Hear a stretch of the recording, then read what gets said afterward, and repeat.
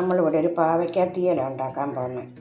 അതിന് വേണ്ടുന്ന സാധനങ്ങളാണ്: പാവയ്ക്ക അരിഞ്ഞതുണ്ട്, ചെറുള്ളി പൊളിച്ചത്, തേങ്ങ ചിരണ്ടിയത്, പുളി. ഇനിയും തേങ്ങ വറുക്കുമ്പം ബാക്കി സാധനങ്ങൾ ഇടുന്ന കാണിച്ചു തരാം. ഇനി നമുക്ക് തേങ്ങ വറുത്തെടുക്കാം.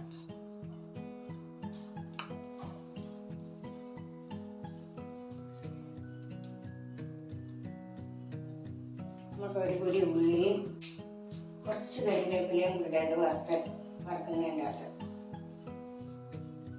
ഇനി ഇത് മൂക്കട്ടെ. ഇനിയും തീ കുറച്ച് വെച്ചിട്ട് നമുക്ക് പൊടികളൊക്കെ ഇടാം. തീ കുറച്ച് വെച്ചിട്ട് 1 സ്പൂൺ മുളക് പൊടി, 1/4 ടീസ്പൂൺ മഞ്ഞൾപ്പൊടി, 1 ടേബിൾ സ്പൂൺ മല്ലിപ്പൊടി. നമുക്കിത് മൂപ്പിച്ചെടുക്കാം. തീ മാറ്റിയിട്ട് ചെയ്താൽ മതി, അല്ലെങ്കിൽ പൊടി കരിഞ്ഞു പോകും. പാവയ്ക്ക വഴറ്റാനായിട്ട് ചട്ടി അടുപ്പിൽ വെക്കാം. 3 സ്പൂണോളം എണ്ണ ഒഴിച്ചിട്ടുണ്ട്. ഇനി നമുക്ക് പാവയ്ക്ക ഇതിലോട്ടിടാം. ഉള്ളി ഇതിലോട്ടിടാം.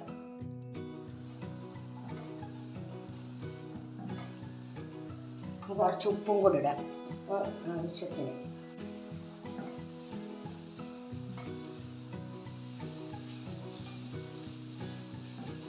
കുറച്ച് മഞ്ഞൾപ്പൊടിയും കൂടി ഇടാം. ഈ പാവയ്ക്കയ്ക്ക് ഒരു കളറ് വരാം.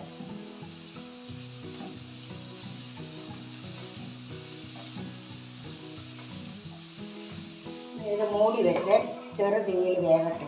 നേരത്തൊക്കെ നമുക്ക് അരച്ചുകൊണ്ട് വരാം. ഇനി നമുക്ക് പുളി പിഴിഞ്ഞത് ഒഴിക്കാം.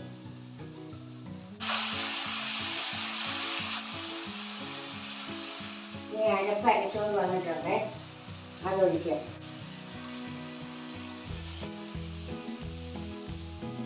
നമുക്ക് വേപ്പിലയും കൂടി ഇട്ട് ഒന്ന് അടച്ച് വെച്ചിട്ട് ഇച്ചിരി നേരത്തെ വേവിച്ചെടുക്കാം. പിന്നെ തീയൽ റെഡി ആയിട്ടുണ്ട്.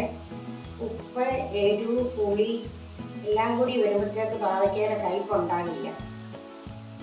കയ്പില്ലാത്ത പാവയ്ക്കറിയാം. പുളിയെ ഉപ്പൊക്കെ വന്നു കഴിഞ്ഞാൽ ആ കയ്പൊക്കെ മാറിക്കോളും. ഇപ്പം റെഡി ആയിട്ടുണ്ട്. ഇനി നമുക്കിത് ഓഫ് ചെയ്യാം. ഇഷ്ടപ്പെട്ടാണെങ്കിൽ ലൈക്ക് ചെയ്യുക, കമൻറ്റ് ചെയ്യുക, സബ്സ്ക്രൈബ് ചെയ്യുക.